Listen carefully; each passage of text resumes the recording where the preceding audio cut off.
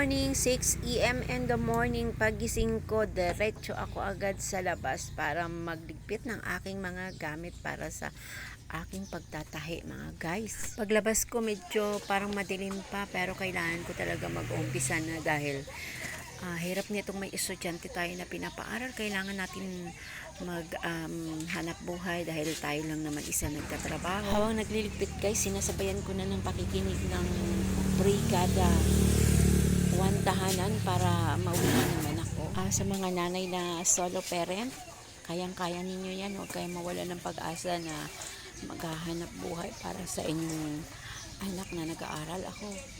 Ayan, ako lang mag-isa. Wala akong kasama.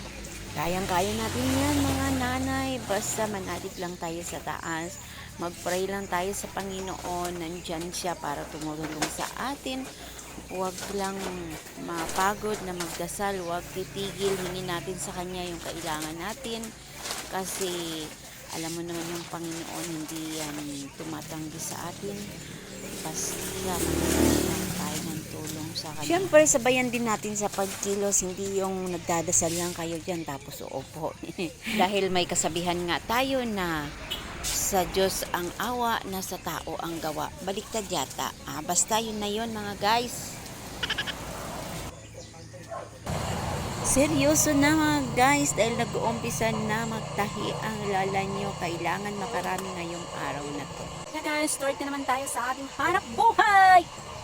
Saan niyo ako guys, good morning, good morning. Anong oras na?